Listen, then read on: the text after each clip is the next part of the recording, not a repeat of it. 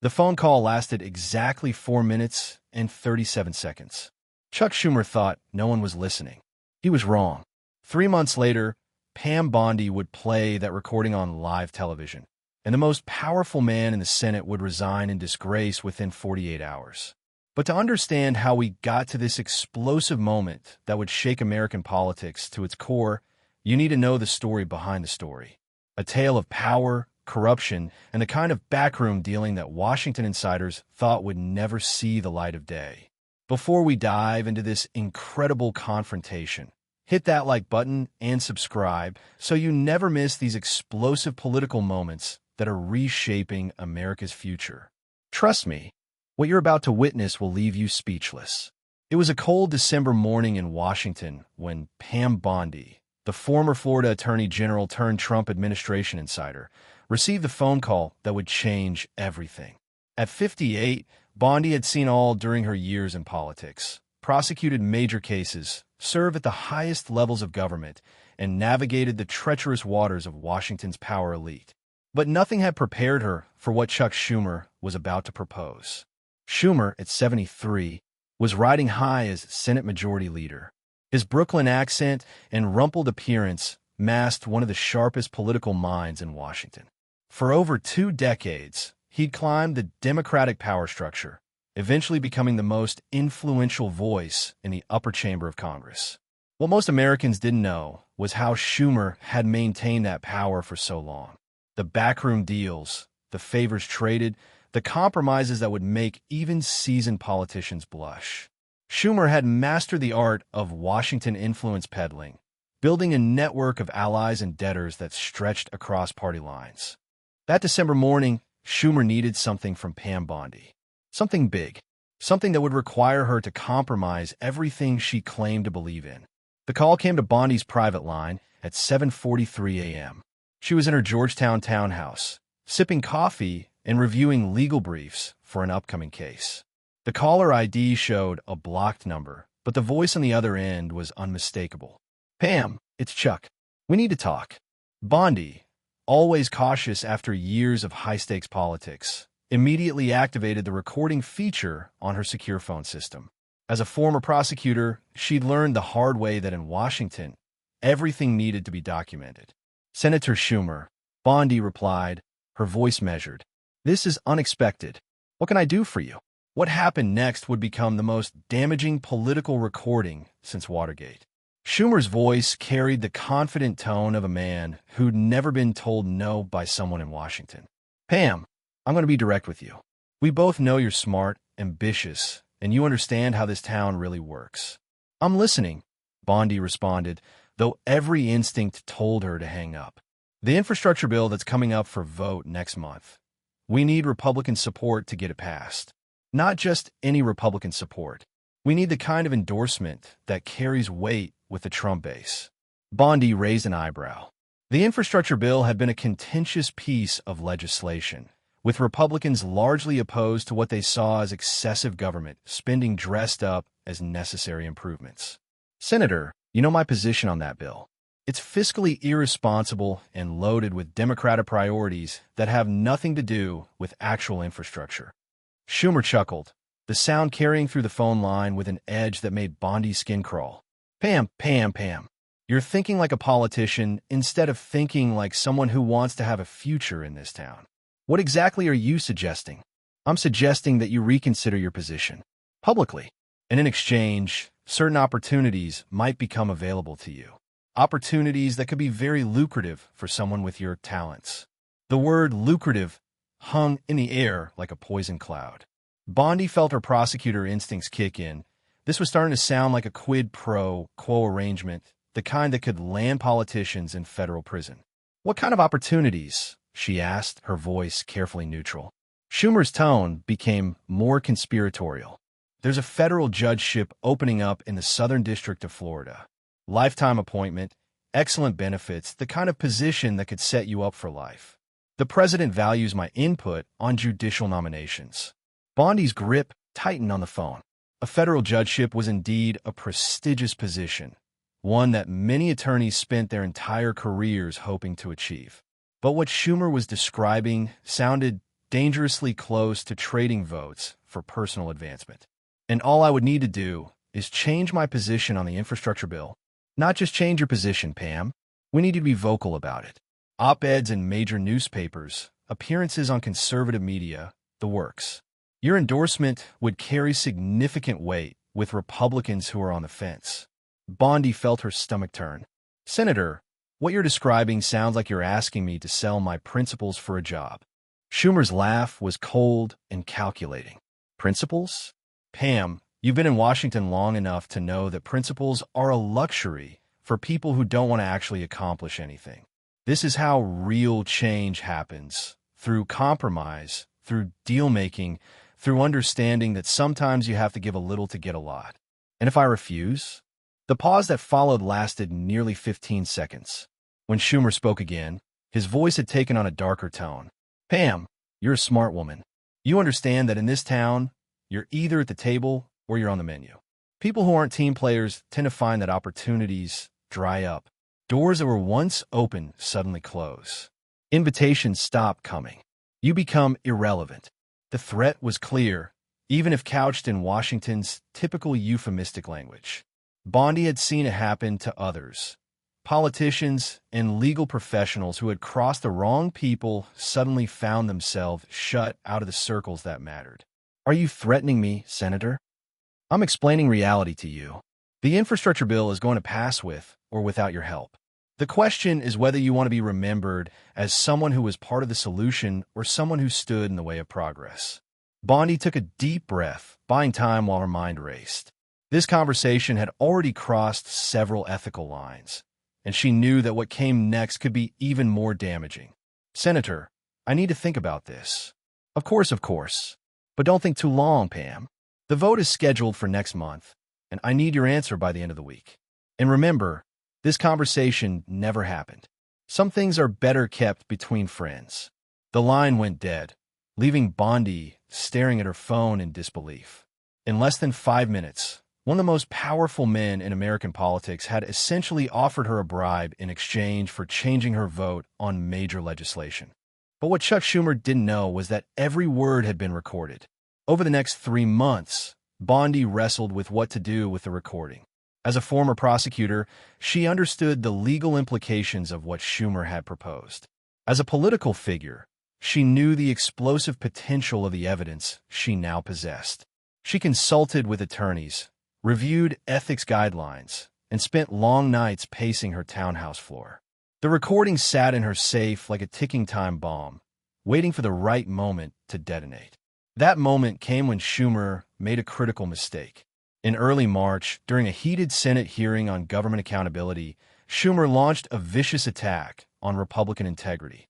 Speaking to a packed chamber with C-SPAN cameras rolling, he stood at his podium with righteous indignation burning in his eyes. We've seen too many examples of Republicans who claim to represent the people while secretly serving their own interests, Schumer declared, his voice echoing through the chamber. They speak of principles and integrity, but behind closed doors, they're willing to compromise anything for personal advancement.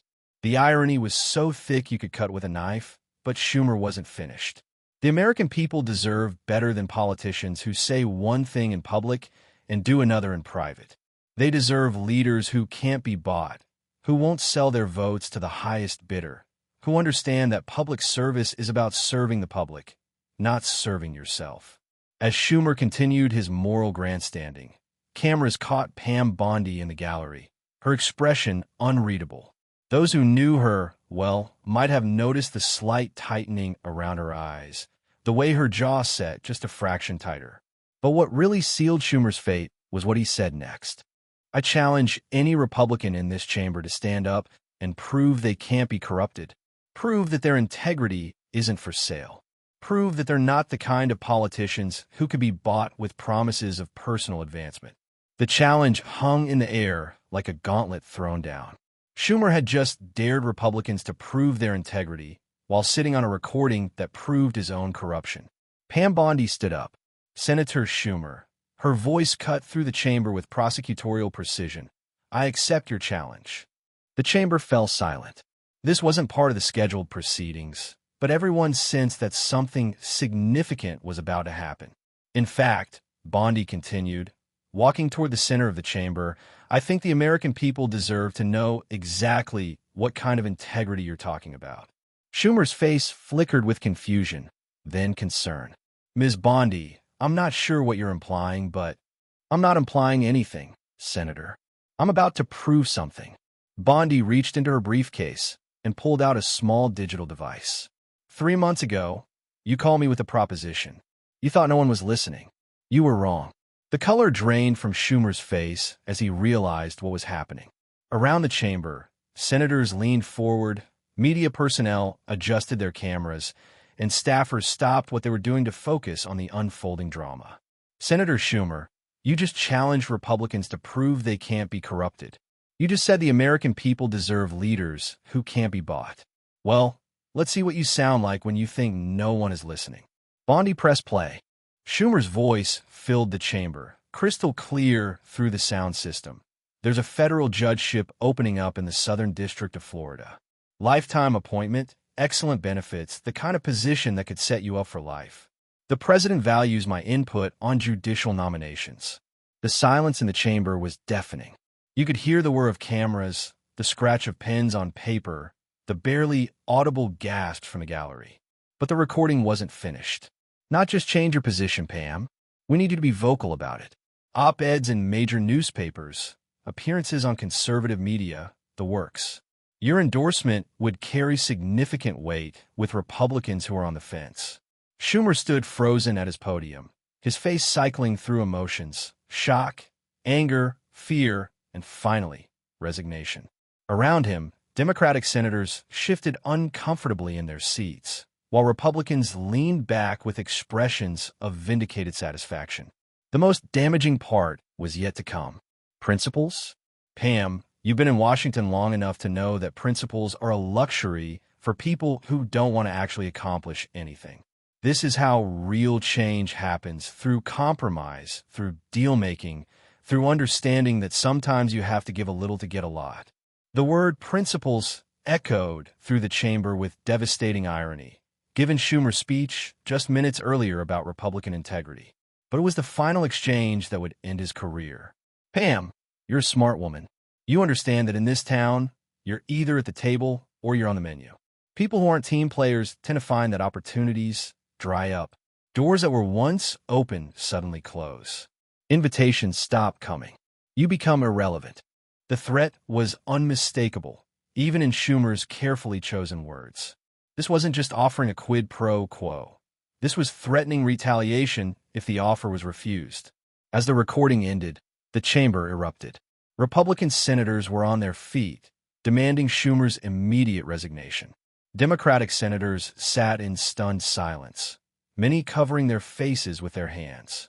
The media gallery was a frenzy of activity as reporters raced to file what would become the biggest political story of the decade. Through it all, Chuck Schumer stood at his podium, motionless, as his political career crumbled around him in real time. Senator Schumer, Pam Bondi's voice cut through the chaos. You asked for proof that Republicans can't be corrupted. I just gave you proof that some Democrats can be. The presiding officer, visibly shaken, attempted to restore order. The Senate will come to order. The Senate will come to order. But order was the last thing on anyone's mind. The most powerful Democrat in the Senate had just been caught on tape offering what amounted to a bribe, complete with threats of retaliation if refused. Schumer finally found his voice, though it came out as barely more than a whisper. That conversation was taken out of context. It was a private discussion about potential opportunities. Context. Bondi's voice rose with prosecutorial fire.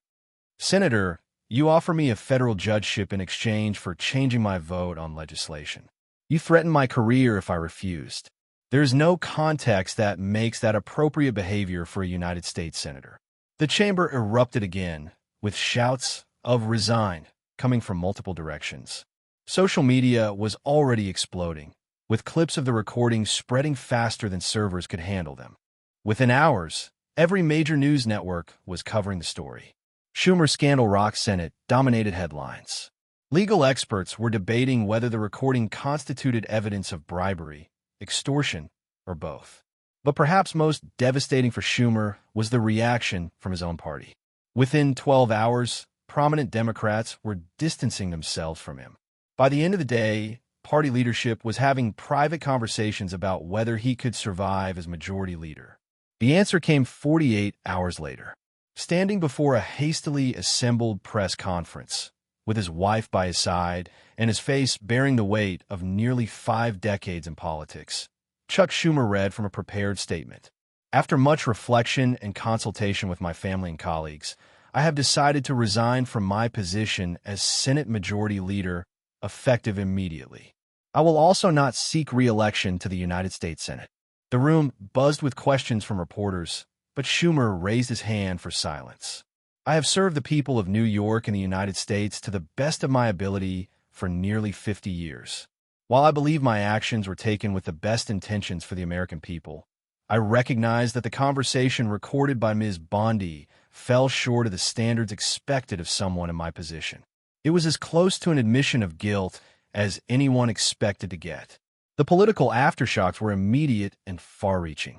Democrats scrambled to choose new leadership, while Republicans used the scandal to question every piece of legislation Schumer had championed. The infrastructure bill he had been so eager to pass died in committee. For Pam Bondi, the moment represented vindication of everything she believed about Washington corruption. In interviews following Schumer's resignation, she was measured but firm. This wasn't about partisan politics, she told CNN's Anderson Cooper. This was about the fundamental principle that our elected officials shouldn't be trading votes for personal favors. Senator Schumer's own words condemned him more effectively than any political opponent ever could. The legal implications continued to unfold for months. The FBI opened an investigation into Schumer's conduct, though he would ultimately avoid criminal charges due to the complexity of proving criminal intent in political deal-making. But the court of public opinion had already rendered its verdict. The Schumer scandal became a watershed moment in American politics, a reminder that in the digital age, there are no truly private conversations for public figures. It reinforced the principle that integrity isn't just about what you do in public. It's about who you are when you think no one is watching. As for Chuck Schumer, the man who had once been one of the most powerful figures in American politics became a cautionary tale about the dangers of believing your own press releases about integrity while engaging in the very corruption you publicly condemn. The 4 minutes and 37 seconds that he thought no one was listening to became the defining moments of his legacy. Not his decades of public service, not his legislative achievements, but the moment when his private words betrayed his public persona. Pam Bondi, meanwhile, continued her legal and political career with enhanced credibility. The woman who had been threatened with irrelevance if she didn't play ball became one of the most respected voices on government accountability. The recording device that captured all, it sits in a secure location, a digital testament to the principle that in America, no one, no matter how powerful, is above accountability. The lesson was clear. In politics, as in life, character is what you do when you think no one is watching. And sometimes, someone is always watching. 3 months after Schumer's resignation, Pam Bondi was asked what she would say to young people considering careers in public service.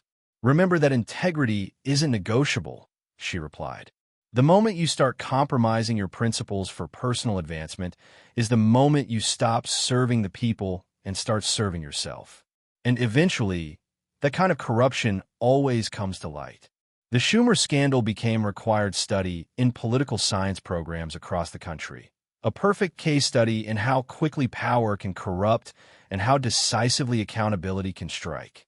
And somewhere in Washington, current politicians adjusted their behavior just a little bit, remembering that phones can record, walls have ears, and integrity remains the only currency that truly matters in American democracy. The 4 minutes and 37 seconds that ended Chuck Schumer's career served as a powerful reminder. In America, the truth always has a way of coming out. If this incredible story of political accountability inspired you, make sure to hit that subscribe button and share this video with everyone who needs to understand how corruption really works in Washington. Let us know in the comments what you think about Pam Bondi's decision to expose Schumer's corruption, and don't forget to check out our other videos about the political moments that are reshaping America. The message was clear. No matter how powerful you are, no matter how untouchable you think you've become, there's always someone watching, someone listening, and someone ready to hold you accountable to the American people. But the story doesn't end with Schumer's resignation. The ripple effects of that December phone call would continue to reshape American politics for years to come, touching everything from campaign finance reform to the way Washington insiders conduct their most sensitive conversations. In the weeks following Schumer's downfall, investigative journalists began digging deeper into the culture of backroom dealing that had made such conversations commonplace. What they found was a systemic network of favor trading that extended far beyond one phone call between two political figures. The Washington Post published a series called The Favor Economy, detailing how legislative votes, judicial nominations, and executive appointments had become commodities to be traded in Washington's underground political marketplace. The series, which would go on to win a Pulitzer Prize, painted a picture of a capital city where integrity was indeed treated as a luxury that few could afford.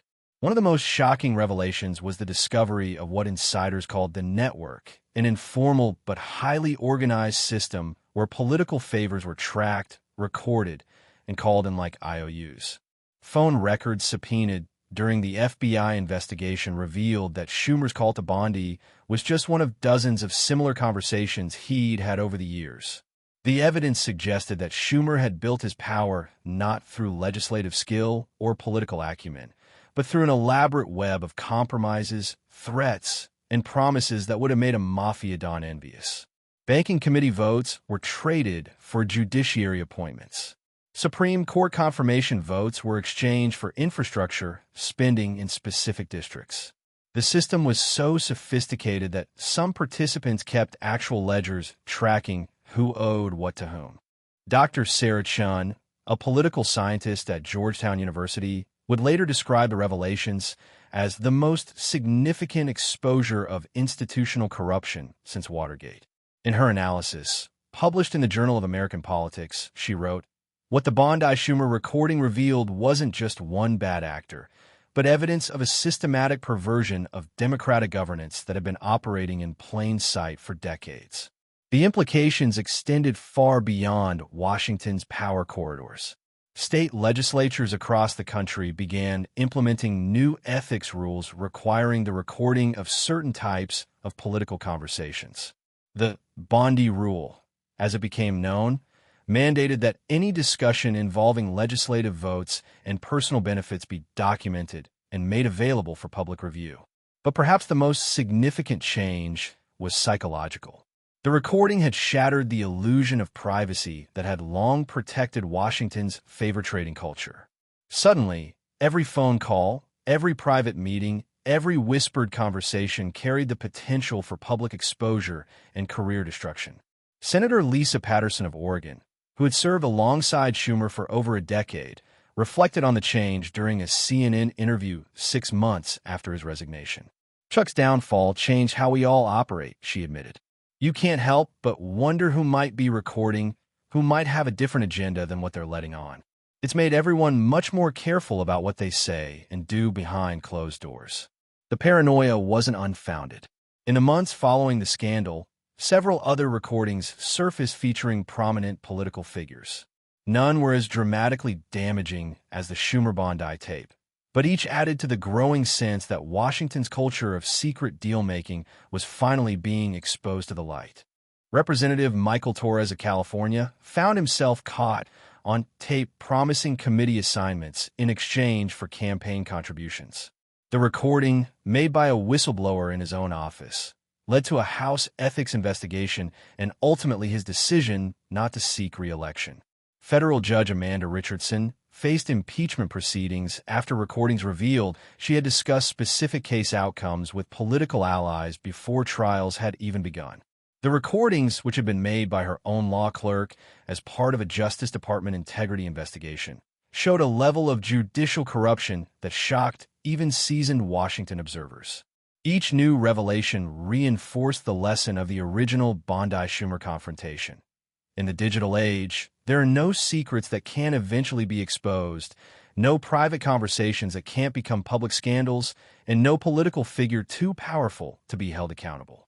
The technology that made such exposures possible continued to evolve rapidly. Smartphone apps that could detect and record conversations automatically became popular among political staffers and journalists. Digital forensics experts found themselves in high demand as news organizations sought to verify the authenticity of leaked recordings. Law enforcement agencies, meanwhile, struggled to keep pace with the changing landscape. The FBI's Public Integrity Section saw its caseload triple in the year following the Schumer scandal as whistleblowers and insiders came forward with evidence of corruption they had previously kept secret. Special Agent Maria Santos, who had led the investigation into Schumer's conduct, later wrote in her memoir, Unrecorded Conversations, about the challenges of investigating political corruption in the digital age. Every case now involves terabytes of digital evidence, she wrote.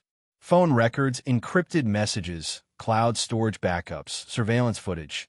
The amount of data we have to analyze has grown exponentially, but so has our ability to uncover the truth.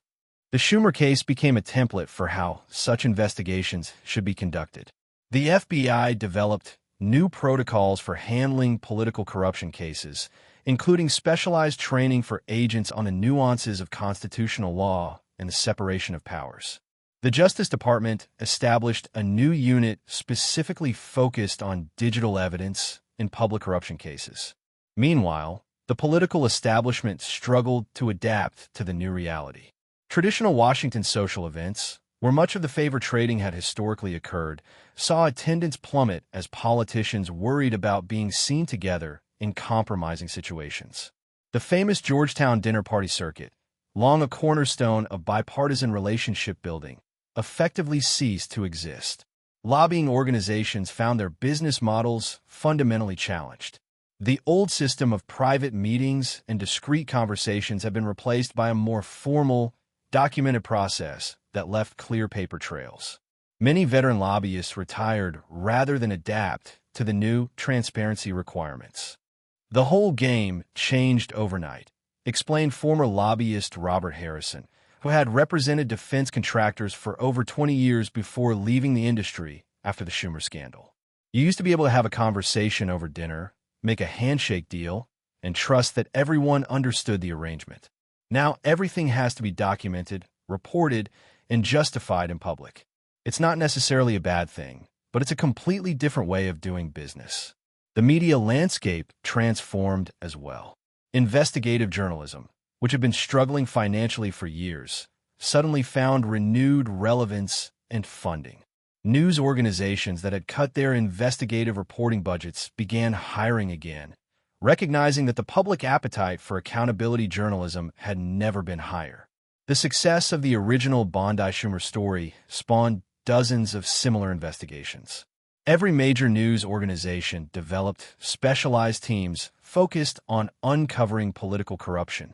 Journalism schools began offering courses on digital forensics and surveillance technology, recognizing that the future of accountability reporting would be heavily dependent on technical skills. Pam Bondi herself became an unlikely symbol of this new era of transparency and accountability. Her decision to record and ultimately release the Schumer conversation had been controversial at the time, with some critics arguing that she had violated norms of political discourse and privacy.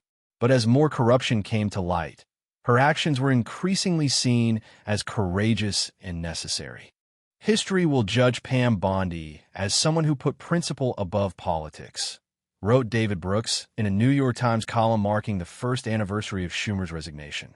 She had everything to lose and nothing to gain by exposing that conversation, but she chose to trust the American people with the truth rather than protect the comfortable lies that had sustained Washington's culture of corruption. Bondi herself remained modest about her role in the transformation.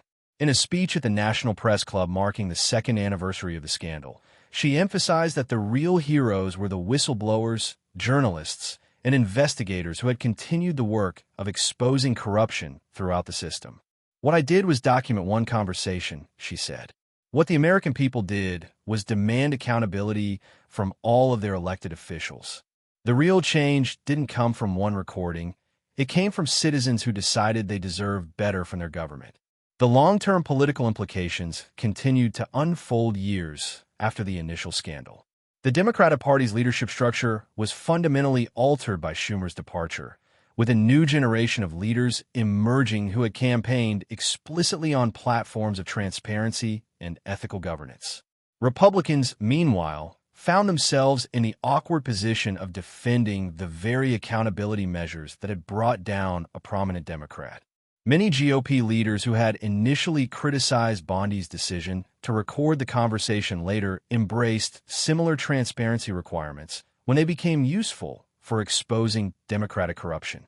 The 2026 midterm elections were widely seen as a referendum on the new era of political accountability. Candidates from both parties competed to demonstrate their commitment to ethical governance, with many voluntarily submitting to expanded financial disclosure requirements and agreeing to have their official communications subject to public review. Voter turnout reached historic levels as citizens who had become disengaged from politics found renewed faith in the possibility of genuine reform. Exit polls showed that government corruption had dropped from being the top concern of American voters to barely registering as an issue, replaced by more traditional policy debates about healthcare, education, and economic growth. The transformation wasn't without its costs. The increased scrutiny and documentation requirements made governing significantly more complex and time-consuming. Some experienced politicians chose early retirement rather than adapt to the new transparency requirements. The informal relationship building that had traditionally helped lawmakers find bipartisan compromise became more difficult when every conversation carried the risk of public exposure. Critics argued that the pendulum had swung too far in the direction of transparency, creating a climate of paranoia that actually made effective governance more difficult. "There's a difference between accountability and surveillance," argued former Senator Patricia Williams in her book, The Transparency Trap. "When public officials can't have private conversations about sensitive matters, it becomes much harder to build the trust and relationships necessary for effective policymaking." But supporters of the new system pointed to measurable improvements in government performance and public trust. Polling data showed that approval ratings for Congress, which had been mired in single digits for years, had risen to levels not seen since the 1970s. Government efficiency metrics improved as the favor trading system that had often prioritized political considerations over policy effectiveness was dismantled. The international implications were significant as well. Other democracies began implementing similar transparency measures, citing the American experience as evidence that technological solutions could help address systemic corruption. The Washington model of digital accountability became a template for reform movements around the world. Authoritarian governments, meanwhile, used the revelations about American political corruption to justify their own systems and criticize democratic governance. The exposure of the favor trading network provided propaganda opportunities for regimes that had long argued that democratic systems were inherently corrupt. But for most Americans, the transformation represented a fundamental improvement in their democracy. The 4 minutes and 37 seconds that Chuck Schumer had thought were private had ultimately led to the most significant reform of American political institutions since the post-Watergate era. As Pam Bondi reflected in her final interview before retiring from public life, the real lesson of the scandal wasn't about the power of technology to expose corruption, but about the power of ordinary citizens to demand better from their government. "That phone call was just the beginning," she said. "The real change happened when the American people decided they wouldn't accept corruption as the price of doing business in Washington." Chuck Schumer's downfall wasn't the end of the story. It was the beginning of a new chapter in American democracy. 10 years later, as political scientists and historians continue to analyze the long-term impact of the Bondi-Schumer scandal, one thing remains clear. Sometimes a single moment of courage, A single decision to choose principle over pragmatism can change the course of history. The recording device that captured those crucial 4 minutes and 37 seconds sits in the Smithsonian Museum of American History, donated by Bondi as part of an exhibit on political accountability in the digital age. The placard beside it reads simply, "Sometimes the most important conversations are the ones people think no one is listening to." And perhaps that's the most enduring lesson of the entire affair. That in a democracy, someone is always listening, someone is always watching, and ultimately, the people will always demand the truth from those who claim to serve them. The phone call that lasted exactly 4 minutes and 37 seconds didn't just end Chuck Schumer's career. It helped restore faith in American democracy itself. And in the end, that may be the most important political legacy of all.